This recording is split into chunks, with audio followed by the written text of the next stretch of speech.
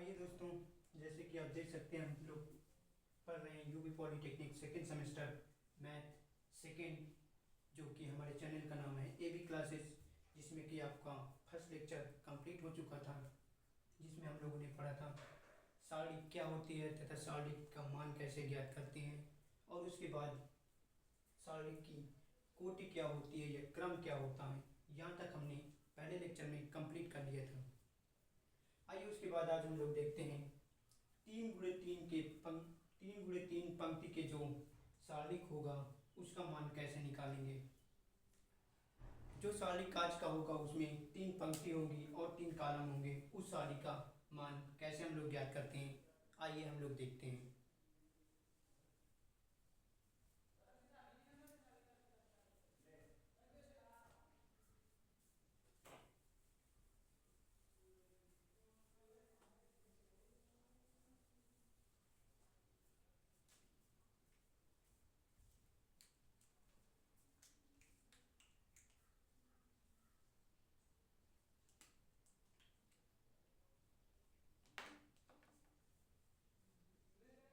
3 गुणे 3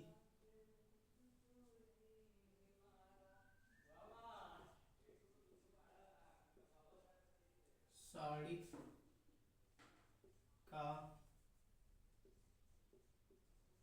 मान ज्ञात करना। जैसे हमारे पास 3 पंक्ति और 3 कॉलम की जो सारणी इस प्रकार है, इसका मतलब आपके पास 3 पंक्ति होंगी,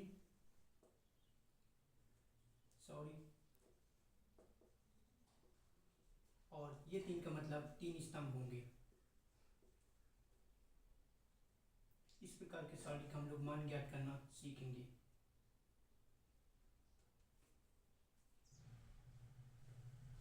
जैसे हम एक सारणी लेते हैं, डेल्टा बराबर 2 5 3 2 1 4 4 5 6 7, ये हमारे पास सारणिक है। इस सारणी का हम लोगों को मान ज्ञात करना है। इससे पहले हम लोग देख लेते हैं सारणिक में कुछ चिन्ह होते हैं जो हमें उन चिन्हों के द्वारा उन चिन्हों को जानना जरूरी है। जैसे हमारे पास दो इस प्रकार की सारणिक होती है, डेल्टा A1 और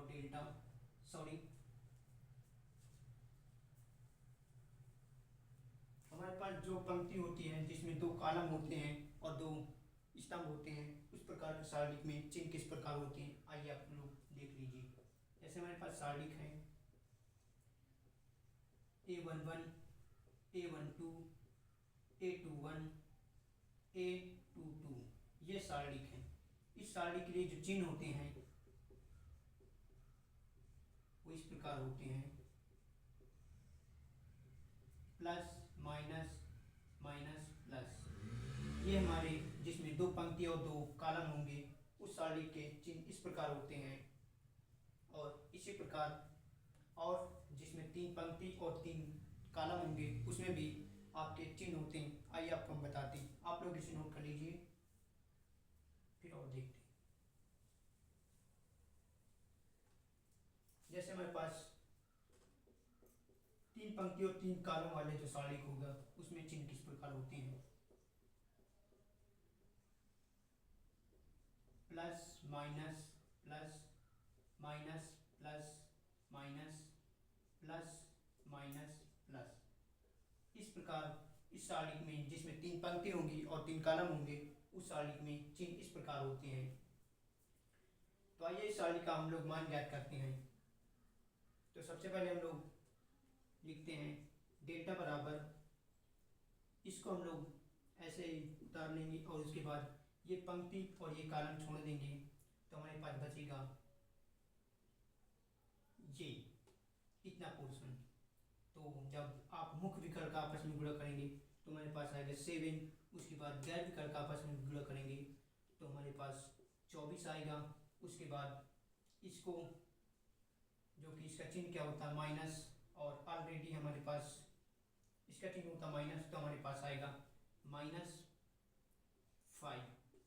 उसके बाद इसके लिए ये पंक्ति छोड़ देंगे और ये कॉलम छोड़ देंगे, तो 7 पे गुणा 2 में करेंगे तो आपके पास आएगा 14। उसके बाद जब 5 के गुणा 4 में करेंगे तो आपके पास आएगा 20।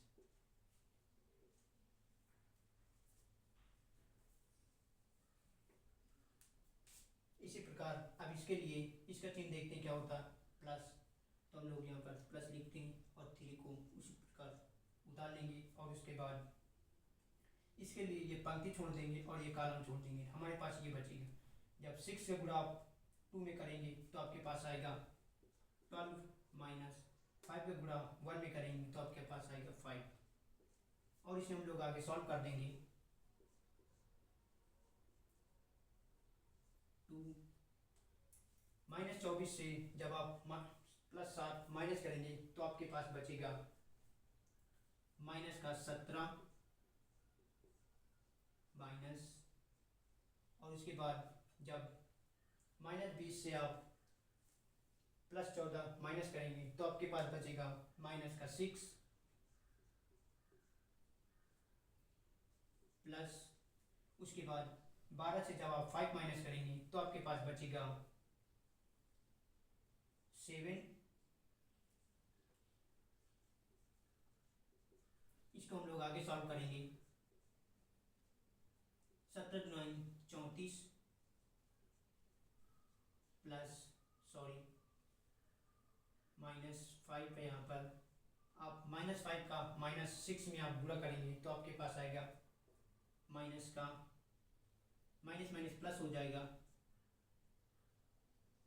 तो आपके पास आएगा 30 प्लस 7 के गुणा जब 3 में करेंगे तो आपके पास आएगा 21। तो इसे हम लोग आगे सॉल्व करेंगे। -34 प्लस इसको जब हम लोग जोड़ेंगे तो हमारे पास आएगा 51। हम लोग जब इसे माइनस करेंगे 51 से -34 करेंगे तो हमारे पास बचेगा 11 में से 4 गए 7 और इधर बचेगा 4, तो हमारे पास जो आंसर निकल के आएगा वो आएगा +17। इस प्रकार किसी भी सारणी जिसमें 3 पंक्ति होंगी और 3 कॉलम होंगे उस सारणी का मान हम लोग ज्ञात कर सकते हैं। आप लोग इसे नोट कर लीजिए। इसके आगे हम एक और सवाल देखते हैं और उस सवाल के जरिए आपको हम समझाते हैं कि जिसमें 3 पंक्ति और 3 कॉलम होंगे उस सारणी का मान कैसे ज्ञात करेंगे। तो आप लोग इसे नोट कर लीजिए और ये चिन्ह जरूर ध्यान रखेंगे क्योंकि बिना इन चिन्ह के आप मिस्टेक करेंगे। तो आप लोग इसे नोट कर लीजिए। आप लोग नोट कर चुके होंगे। आइए एक और क्वेश्चन देखते हैं।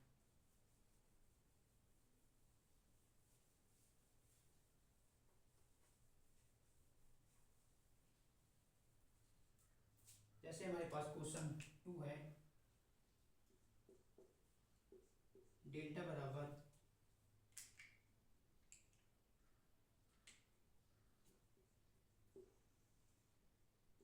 2 5 1 3 2 6 1 5 4 का के सारणी का मान ज्ञात करें। ये हमारे पास सारणी है जिसमें 3 कॉलम और 3 पंक्तियां हैं। इस सारणी का हम लोगों को मान ज्ञात करना है। तो आइए इसका मान किस प्रकार ज्ञात करते हैं। देखिए हम लोग लिखते हैं डेल्टा बराबर 2 को हम लोग उसी प्रकार उतार लेंगे और उसके बाद ये पंक्ति और ये कॉलम छोड़ देंगे तो हमारे पास बचेगा, जब पंक्ति और कॉलम छोड़ देंगे तो हमारे पास ये 4 अवयव बचेंगे। तो आप इनमें मुख्य विकल्प आपस में गुणा करेंगे तो हमारे पास आएगा 8 माइनस, जब गैर विकल्प का गुणा करेंगे तो हमारे पास आएगा 30। उसके बाद देखते हैं इसके लिए इसका चिन्ह क्या होता है माइनस, तो -5। उसके बाद ये रो और ये कॉलम छोड़ देंगे तो हमारे पास ये 4 अवयव बचेंगे। तो इसमें मुख्य विकर्ण का आपस में गुणा करेंगे तो हमारे पास आएगा 12 माइनस, जब गैर विकर्ण का आपस में गुणा करेंगे तो हमारे पास आएगा 6। उसके बाद इसके लिए चिन्ह क्या होगा, प्लस होता है, जो कि आपको हमने पहले बता ही चुका है। तो अब इसके लिए ये रो और ये कॉलम छोड़ देंगे तो हमारे पास ये 4 अवयव बचेंगे। तो इसका गुणा जब इसमें करेंगे तो हमारे पास आएगा 15 माइनस, जब इसका गुणा इसमें करेंगे तो हमारे पास आएगा 2। तो हम लोग इसे आगे और सॉल्व करते हैं।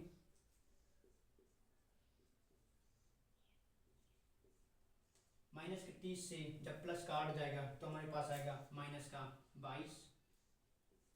उसके बाद +12 से -6 माइनस करेंगे तो हमारे पास आएगा प्लस का 6, प्लस जब 15 से 2 माइनस करेंगे तो हमारे पास आएगा 13। इसे और हम लोग आगे सॉल्व करेंगे।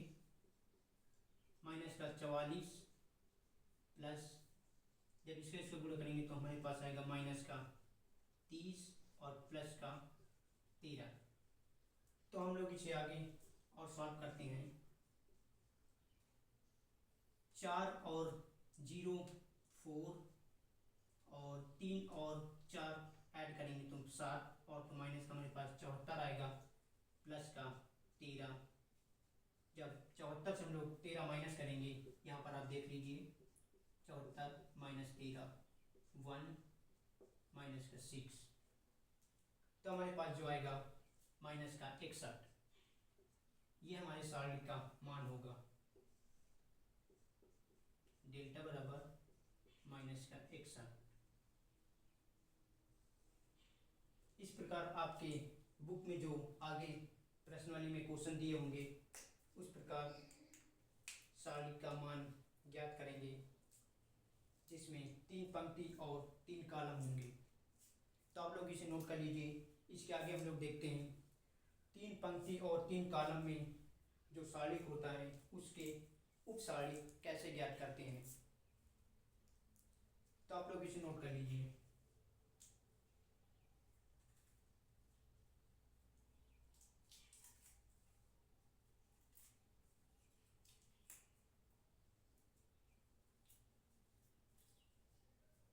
आप लोग नोट कर चुके होंगे।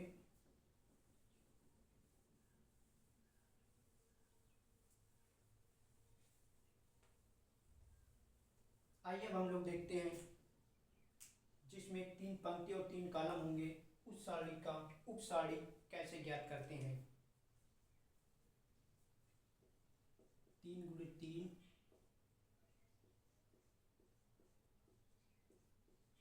सारणी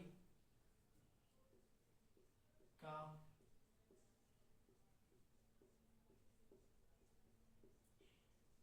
उप सारणी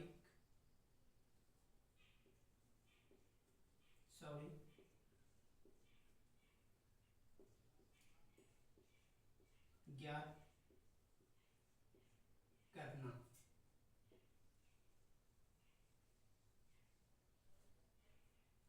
जैसे हमारे पास कोई सारणी है,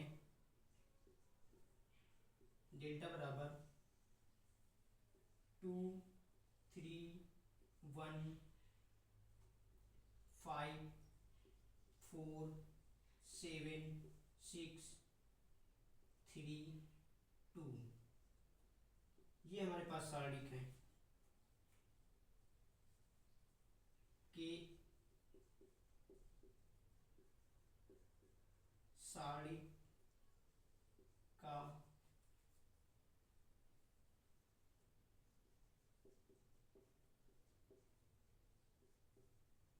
उप सारणी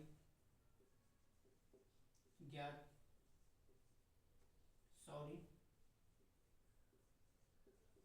ज्ञात करें। उप सारणी को हम लोग लघु गुणक भी बोलते हैं। तो हमारे पास ये भी पूछ सकता था कि इस सारणी का लघु गुणक ज्ञात करें। तो आइए देखते हैं किसी भी सारणिक में जिसमें 3 पंक्ति होंगी और 3 कॉलम होंगे उस सारणिक का उपसारणिक कैसे ज्ञात करते हैं, आइए देखते हैं। जैसे हमारे पास यहाँ पर होता है A11, A12, A13, इसी प्रकार A21, A22, A23 और इसी प्रकार आगे हमारे पास होता है A31, A32, A32, A33। इस प्रकार इस सारणी के संकेत में जो अवयव होते हैं उसे हम ऐसे जब सारणी उसका उपसारणी ज्ञात करेंगे तो उसे हम लोग वैसे लिखेंगे। जैसे इसके लिए क्या हो गया A11, A11 का उपसारणिक जिसे हम M11 से डोनेट करेंगे। तो जिसमें 3 पंक्ति होगी जिस और 3 कॉलम होंगे उसका उपसारणिक ज्ञात करने के लिए हम इसके लिए ये पंक्ति छोड़ देंगे और ये कॉलम छोड़ देंगे और इसमें मुख्य विकल्प आपस में गुणा करेंगे और फिर गैर विकल्प आपस में गुणा करके हम लोग माइनस कर देंगे। जैसे 4 7 3 2, इसे हम लोग आगे सॉल्व करेंगे तो हमारे पास 8 और माइनस का 21 और इसे हम लोग जब आगे सॉल्व करेंगे तो हमारे पास आएगा माइनस का 12।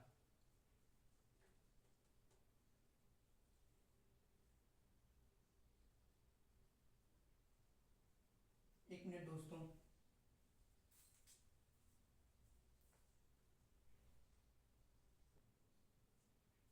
सॉरी दोस्तों, लाइट चली गई थी। तो इसे हम आगे जब सॉल्व करेंगे तो हमारे पास आएगा माइनस का 13। इसी प्रकार A22 के लिए देखते हैं। A12 का उपसारणिक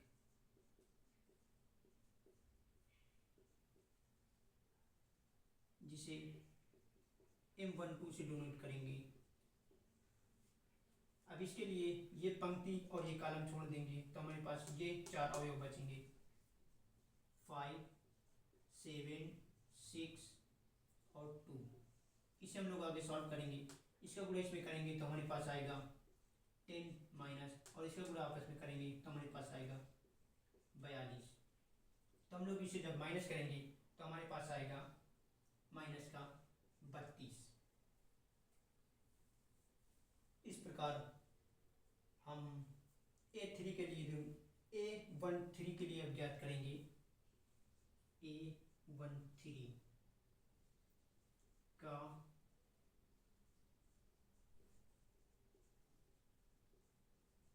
उपसारणिक जिसे M13 से डोनेट करेंगे। तो इसके लिए ये पंक्ति और ये कॉलम छोड़ देंगे तो हमारे पास ये बचेगा 5 6 4 3 और इसे हम लोग आगे सॉल्व करेंगे। 5 का गुणा जब आप 3 में करेंगे तो आएगा 15 और जब इसको गुणा आपस में करेंगे तो माइनस का आएगा 24। जब इसे आप माइनस करेंगे -24 + 15 तो 14 में से जब आप 5 माइनस करेंगे तो आपके पास बचेगा 9 और उसके बाद जो आपका आंसर निकल जाएगा वो आएगा माइनस का 14। इसी प्रकार हम लोग A21 के लिए ज्ञात करेंगे, A22 के लिए, फिर A23 के लिए और A31 के लिए, A32 के लिए और इसी प्रकार A33 के लिए। तो आप लोग यहाँ तक नोट कर लीजिए, फिर इसके आगे हम लोग देखते हैं। आप लोग इसका स्क्रीनशॉट ले लीजिए या तो नोट कर लीजिए। आप लोग लिख चुके होंगे, इसके आगे हम लोग देखते हैं।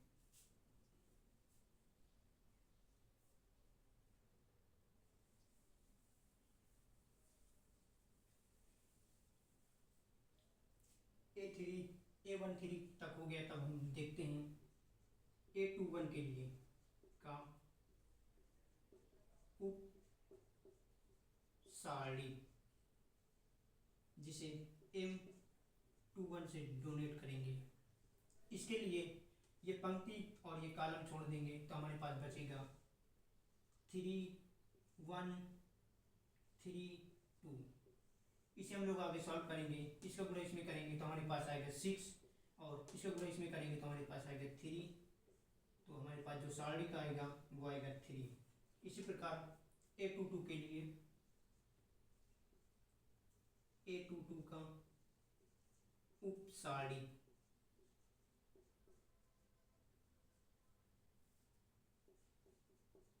A22 जब इसके लिए निकालेंगे तो ये ये पंक्ति और ये कॉलम छोड़ देंगे तो हमारे पास ये 4 अवयव बचेंगे 5 7 6 2। इसे हम लोग आगे सॉल्व कर देंगे तो इसका गुणा इसमें करेंगे तो हमारे पास आएगा 10 और जब इसका गुणा आपस में करेंगे तो माइनस का आएगा 42। तो हमारे पास जो आंसर निकल के आएगा वो आएगा माइनस का 32। इसी प्रकार A23 के लिए देखते हैं। A23 का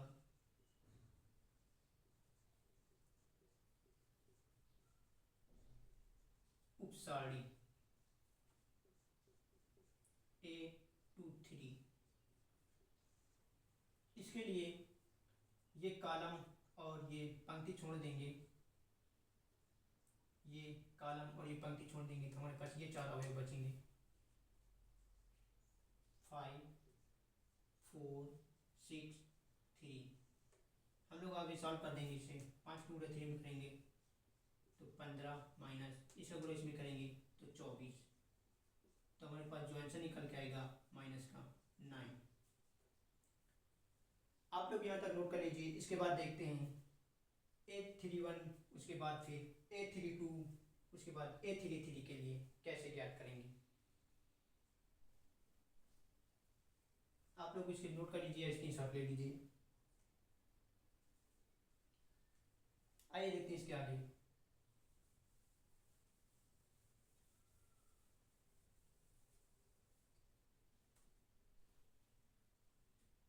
अब देखते हैं A31 के लिए का उपसारी जिसे M31 से डोनेट करेंगे। तो इसके लिए ये कॉलम और ये पंक्ति छोड़ देंगे तो हमारे पास बचेगा 4 7 3 2। इसे हम आगे सॉल्व करेंगे तो इसका आपस में गुणा करेंगे तो 8 और इसका जब आपस में गुणा करेंगे तो आएगा 21। जो हमारे पास आंसर निकल के आएगा वो आएगा माइनस का 13। इसी प्रकार A32 के लिए A32 का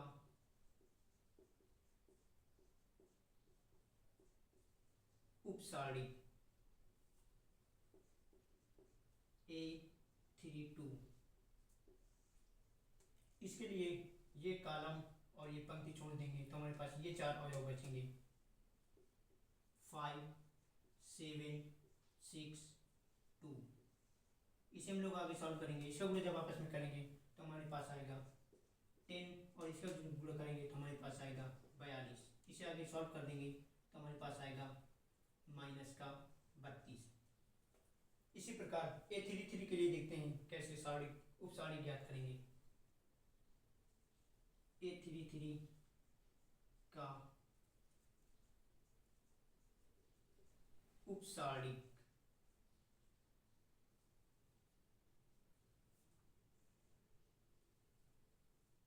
इसके लिए ये कॉलम और ये पंक्ति छोड़ देंगे तो हमारे पास ये 4 अवयव बचेंगे तो 5 4 6 3। इसे हम लोग जब आगे सॉल्व कर देंगे इसका गुणा इसमें करेंगे तो हमारे पास आएगा 15 और इसका गुणा करेंगे तो हमारे पास आएगा 24। तो हम इसे आगे सॉल्व कर देंगे तो हमारे पास आएगा 9। प्रकार दोस्तों किसी भी सारणी जिसमें 3 पंक्ति और 3 कॉलम होंगे उस सारणी का उपसारणी हम लोग ज्ञात कर सकते हैं।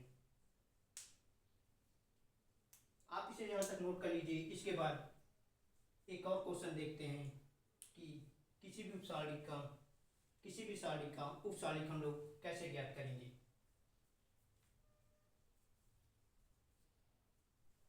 आप लोग इसे नोट कर लीजिए।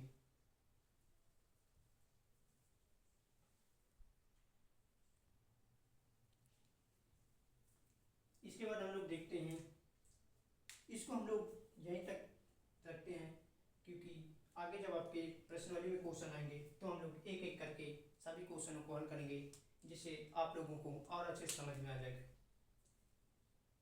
तो आप लोग इसे नोट कर चुके होंगे। इसके आगे हम देखते हैं शाखंड, जिसे कोफैक्टर बोलते हैं इंग्लिश में, उसे कैसे ज्ञात करते हैं। किसी भी सारणी का शाखंड कैसे ज्ञात करते हैं, आइए हम लोग अब उसे देखते हैं।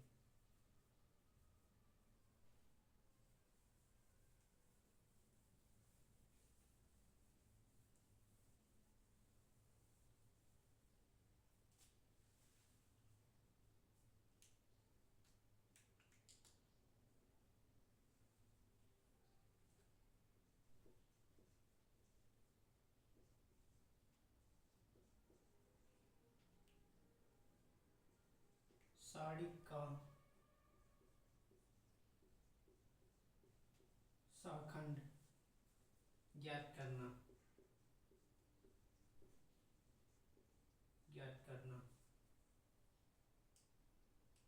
शाखंड को इंग्लिश में बोलते हैं कोफैक्टर।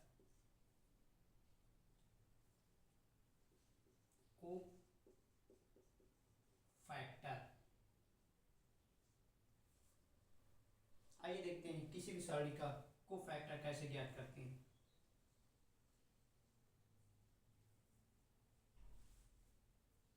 अवयव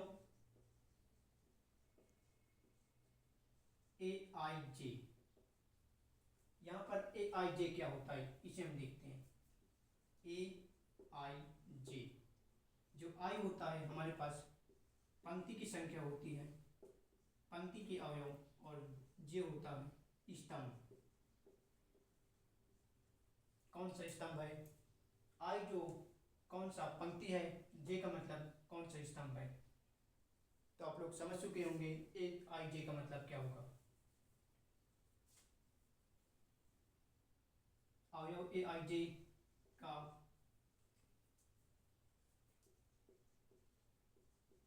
शाखंड को हम लोग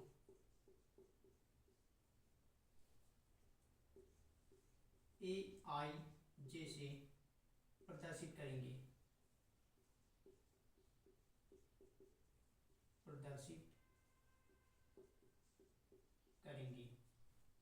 कोई भी सारणी होगा जब उसका कोफैक्टर ज्ञात करेंगे तो हम लोग उसे ए आई जे के रूप में प्रदर्शित करेंगे। जैसे हम लोग एक क्वेश्चन लेते हैं, डेल्टा बराबर 2 5 6 3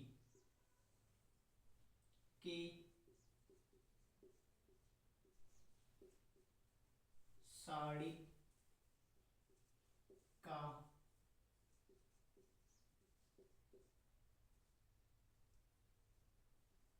शाखंड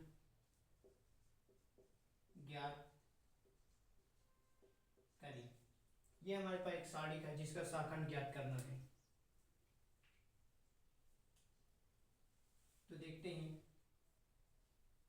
इसके लिए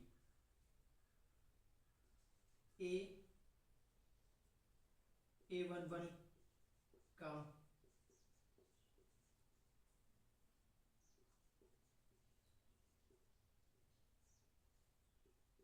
शाखंड, जिसे हम लोग शाखंड को ए आई जे से प्रदर्शित करेंगे, तो हमारे पास आएगा A11।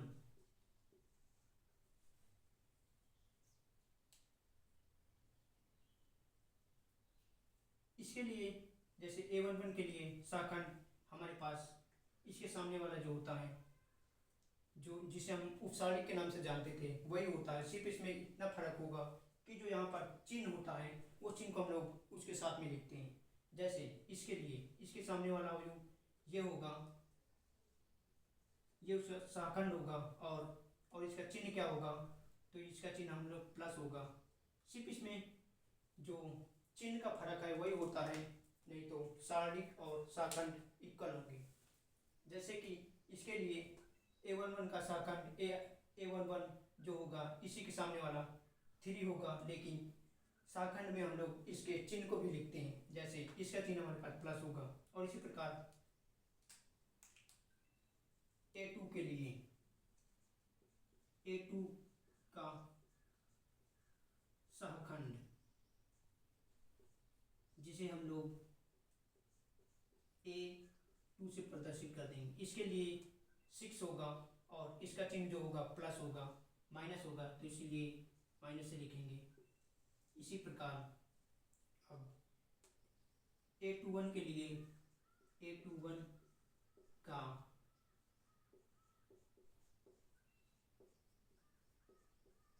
उपसारी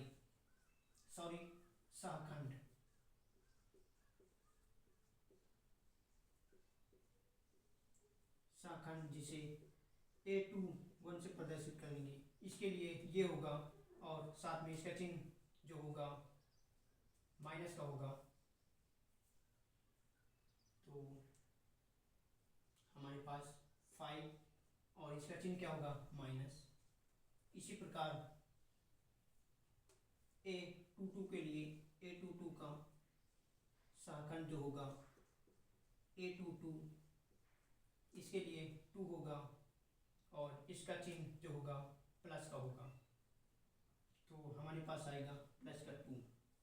इस प्रकार किसी भी सारणी जिसमें 2 पंक्ति और 2 कॉलम होंगे, उस सारणी का शाखंड ज्ञात करने के लिए हम लोग शाखंड का जो अवयव aij के रूप में जो अवयव लिखे होते हैं, शाखंड ज्ञात करते वक्त हमें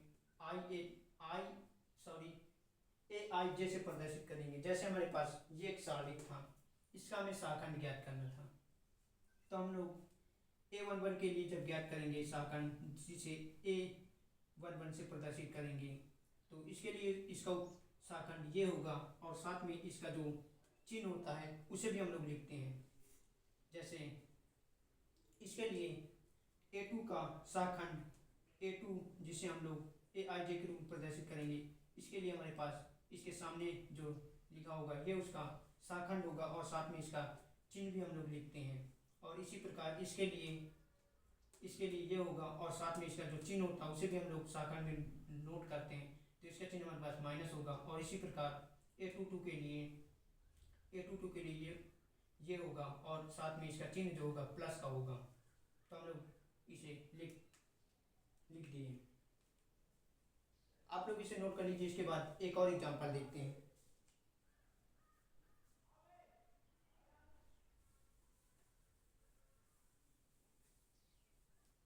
जैसे हमारे पास एक और एग्जांपल है, डेल्टा बराबर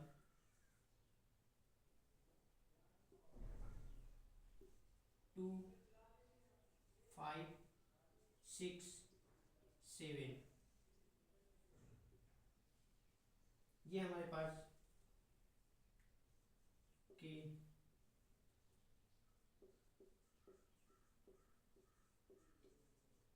सारणी का शाखंड ज्ञात करें। यह हमारे पास सारणी का, जैसे अब इसका शाखंड ज्ञात करते हैं, देखते हैं। a11 के लिए a11 का शाखंड जिसे हम कैपिटल A11 से प्रदर्शित करेंगे, इसके लिए ये होगा, और साथ में इसका जो चिन्ह होगा प्लस का होगा। आपको हमने बता दिया जो चिन्ह होते हैं जिसमें 2 पंक्ति 2 कॉलम होते हैं, प्लस माइनस माइनस प्लस, इस प्रकार चिन्ह होते हैं। तो यहाँ पर प्लस होगा, तो हम लोग साथ में इसका चिन्ह भी लिखेंगे प्लस का 7। इसी प्रकार a2 के लिए a12 का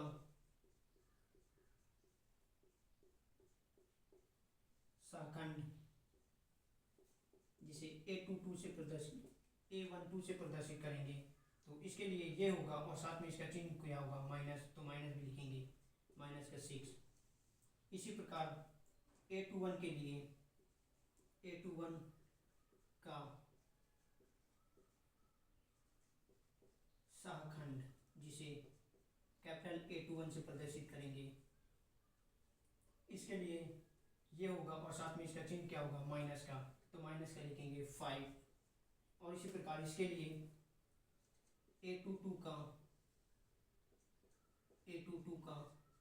इसके लिए इसका चिन्ह जो होगा प्लस का होगा, तो इसके सामने जो है ये 2, ये इसका सहखंड होगा और साथ में इसका चिन्ह क्या होगा प्लस का, तो हम लोग प्लस का चिन्ह लिखें या ना लिखें कोई फर्क नहीं पड़ता।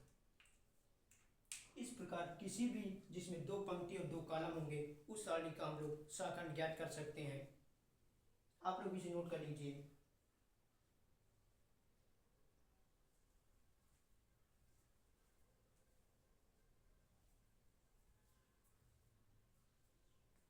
आप लोग इसे नोट कर चुके होंगे। चलिए दोस्तों, आज के लिए सिर्फ इतना रखते हैं।